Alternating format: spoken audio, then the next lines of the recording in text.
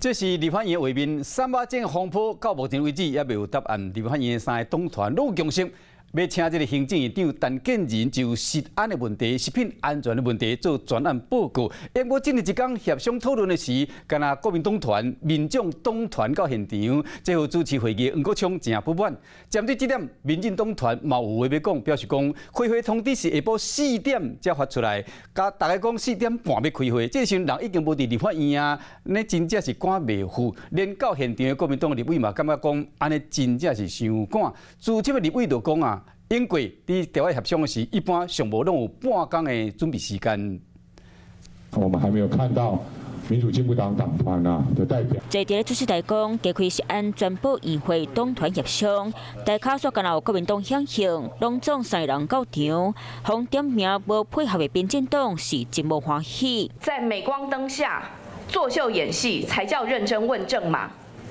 这种随抠随到的协商，对不起，民主进步党，我们很忙。讲真歹势，滚真无行，佮列出技术规则考试，原来就是因为议会进行到一半，所向用法协商的通知。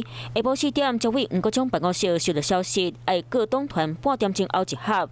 民进党规期尾来，资深立委讲，因过经验，大部分冇半天准备时间。过程里面，让其他党团觉得很冲突，那我们可能要回顾整个事情的起源。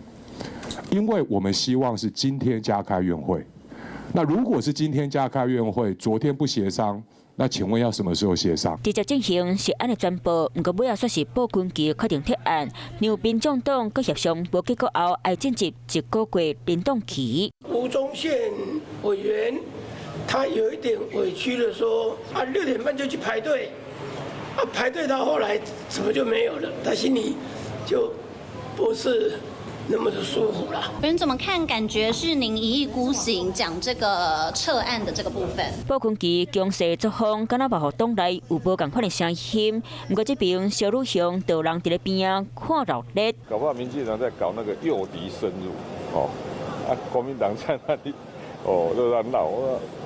拜托大家了，这个简单的事情简单解决。会讲到真轻松，毕竟关键少数发挥，别甲拿到的片影看咧行。